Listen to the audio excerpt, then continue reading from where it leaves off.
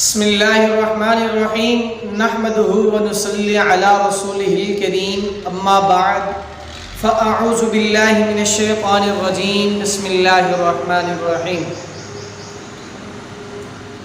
اسلامی سال محرم سے شروع ہوتا ہے اور ذی الحج پر ختم ہو جاتا ہے۔ محرم کا معنی ہے مکرم مہینہ، محرم کا معنی ہے معزز مہینہ، محرم کا معنی ہے محترم مہینہ۔ مہینے تو سارے اللہ تعالیٰ نے بنائے ہیں، لیکن چند مہینے حرمت والے اور عظمت والے ہیں، ان میں سے ایک محرم کا مہینہ بھی ہے۔ رسول اللہ صلی اللہ علیہ وسلم نے ارشاد فرمایا کہ اللہ تبارک و تعالیٰ نے رمضان کے روزے فرض کیے ہیں۔ سب سے پہلے اسلام میں پہلے 10 محرم کا روزہ فرض تھا، تو اللہ تبارک و تعالیٰ نے اس کی فرضیت کو اٹھا لیا اور پھر رمضان المبارک کے روزے فرض کر دیے گئے۔ اب یہ 10 محرم کا جو روزہ ہے یہ محض سنت کی وجہ سے برقرار رکھا گیا، اس لیے 10 محرم کو روزہ رکھنا سنت ہے۔ تو یکم محرم کو یک محرم جو مہینہ ہے اسے لوگ کس وجہ سے جانتے ہیں؟ حضرت حسین رضی اللہ تعالی عنہ کی شہادت کی وجہ سے لوگ اسے جانتے ہیں اور پہچانتے ہیں۔ لیکن یہ جو محرم کا مہینہ ہے یہ 10 محرم کو حضرت حسین کی شہادت ہوتی ہے، اس سے پہلے یکم محرم آتا ہے۔ لوگوں کو کہنا چاہیے یکم محرم اور اس محرم میں حضرت عمر اور حضرت حسین کی شہادت ہوئی۔ یکم محرم کو 24 ہجری رسول اللہ صلی اللہ علیہ وسلم کے ایک صحابی جامع شہادت نوش فرماتے ہیں۔ یکم محرم کو جو صحابی شہید ہوا وہ کوئی عام صحابی نہیں ہے، وہ رسول اللہ صلی اللہ علیہ وسلم کا خلیفہ ثانی ہے۔ یکم محرم کو جو صحابی شہید ہوا وہ کوئی عام صحابی نہیں ہے، وہ خلفائے راشدین میں سے ہے۔ یکم محرم کو جو صحابی شہید ہوا وہ کوئی عام صحابی نہیں ہے، وہ رسول اللہ صلی اللہ علیہ وسلم کا سسر ہے۔ یکم محرم کو جو صحابی شہید ہوا وہ کوئی عام صحابی نہیں ہے، وہ رسول اللہ صلی اللہ علیہ وسلم کی مراد ہے۔ یکم محرم کو جو صحابی شہید ہوا دنیا اسے عمر بن الخطاب کے نام سے یاد کرتی ہے۔ رسول اللہ صلی اللہ علیہ وسلم نے حضرت عمر کے بارے میں جو خوشخبری سنائی ہے، اللہ کے رسول نے دنیا میں اور کسی انسان کے لیے خوشخبری نہیں سنائی۔ حضرت عمر رضی اللہ تعالی عنہ اس امت کے جلیل القدر انسان ہیں۔ میں ذمہ داری سے کہتا ہوں، رسول اللہ صلی اللہ علیہ وسلم نے فرمایا انا خاتم النبیین لا نبی بعدی، میں آخری نبی ہوں، میرے بعد کوئی نبی نہیں آنا، میرے بعد کوئی رسول نہیں آنا، کیونکہ نبوت کی میں ختم نبوت کی مہر لگوا کے آیا ہوں، مجھے ختم نبوت کی مہر عطا کر دی گئی ہے، اب میرے بعد کوئی نبی نہیں آئے گا۔ فرمایا میرے صحابہ تو بہت ہیں، حضرت صدیق اکبر سے لے کر بلال حبشی تک مجھے 1,44,000 یا 1,24,000 صحابہ اکرام کی جماعت ملی ہے۔ میرے صحابہ بہت عظمت والے ہیں، میرے صحابہ شان والے ہیں، میرے صحابہ وہ ہیں جن کو اللہ تعالیٰ نے خود رضی اللہ عنہم کہا ہے کہ میں اللہ ان سے راضی ہو گیا ہوں۔ اللہ تعالیٰ نے میرے صحابہ کو دنیا میں خوشخبری سنا دی، میرے صحابہ تو وہ ہیں۔ تو اللہ تعالیٰ نے ان کو دنیا میں خوشخبری سنا دی۔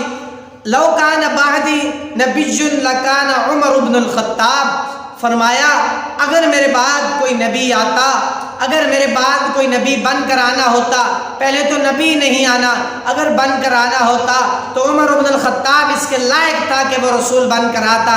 اگر کوئی نبی بن کر آنا ہوتا تو عمر بن الخطاب اس کے حق رکھتا ہے کہ وہ نبی بن کر آتا، لیکن نبوت کا دروازہ بند کر دیا گیا ہے۔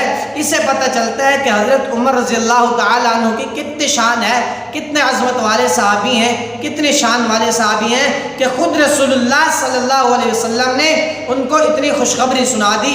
یہ حضرت عمر رضی اللہ تعالی عنہ کی شان ہے۔ تو حضرت عمر رضی اللہ تعالی عنہ جب اسلام میں داخل نہیں ہوئے تھے تو مسلمان کفار سے ڈرتے تھے۔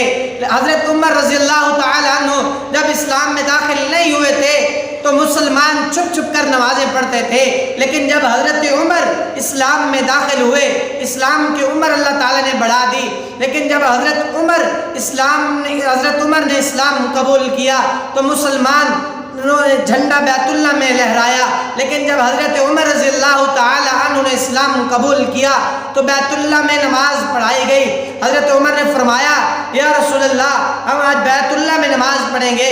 رسول اللہ صلی اللہ علیہ وسلم نے فرمایا عمر تیری برادری وہاں نماز ہمیں نہیں پڑھنے دیتی۔ یہاں پر حضرت عمر نے ایک عجیب جملہ کہا جو سن کر ہر مسلمان کا ایمان تازہ ہو جاتا ہے۔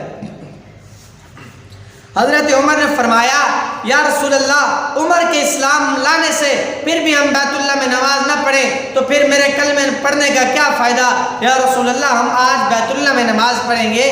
تو حضرت عمر کے آنے سے بیت اللہ میں نماز پڑھی گئی۔ یہ حضرت عمر کے اسلام لانے سے پہلے مسلمانوں کا عجیب دور گزرا، ظلم و ستم کی زندگی بسر کر رہے تھے۔ رسول اللہ صلی اللہ علیہ وسلم نے بیت اللہ کا غلاف پکڑا، کہا یا اللہ اگر تو اسلام کو ترقی دینا چاہتا ہے تو دو میں سے ایک کو کلمہ نصیب فرما دے، یا عمر کو بھیج دے یا ابو جہل کو بھیج دے۔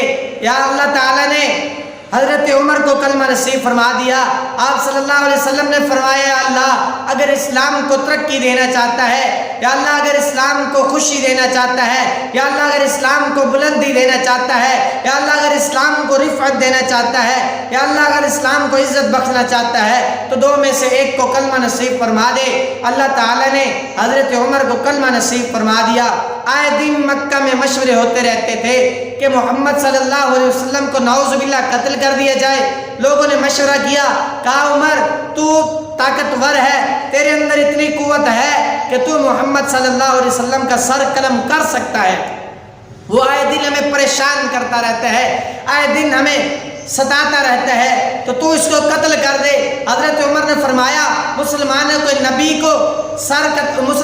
نبی کو قتل کرنا میرے ایک ہاتھ پہ کمال ہے، ابھی میں جاتا ہوں مسلمانوں کے نبی محمد صلی اللہ علیہ وسلم کا سر لے کر آتا ہوں۔ تو حضرت عمر نے تلوار نکالی اور گھوڑے پر سوار ہو گئے، تلوار لہراتے ہوئے آ رہے ہیں۔ سامنے ایک صحابی ملا، کہا عمر کہاں جا رہے ہو؟ عمر نے کہا میں تمہارے نبی کا سر کاٹنے جا رہا ہوں، اس نے آئے دن ہمیں پریشان کیا ہوا ہے، ہمیں کہتا ہے کہ باپ دادا کا دین چھوڑ دو۔ اس صحابی نے کہا عمر پہلے تو ہمارے نبی کے پاس بعد میں جانا، پہلے تو اپنے گھر تو جا۔ حضرت عمر نے کہا ٹھیک ہے پہلے میں اپنے گھر جاتا ہوں، بعد میں تیرے نبی سے پوچھوں گا۔ حضرت عمر گھر جاتے ہیں تو دیکھتے ہیں وہ صحابی کہتا ہے کہ تیری بہن کو کلمہ نصیب ہو گیا ہے، تیری بہن نے کلمہ پڑھ لیا ہے۔ عمر غصے سے گھر جاتا ہے، آگے جاتا ہے دروازے کو کنڈی ہوتی ہے، عمر کنڈی کھٹکھٹاتا ہے تو بہن کو پتہ چل جاتا ہے کہ یہ عمر ہے غصے سے کنڈی کھٹکھٹانے والا، اور کوئی ہو نہیں سکتا۔ آگے کیا ہوا یہ انشاءاللہ کل پڑھیں گے۔ دعا ہے اللہ تبارک و تعالی ہمیں عمل کی توفیق عطا فرمائے۔ وآخر دعوانا ان الحمدللہ۔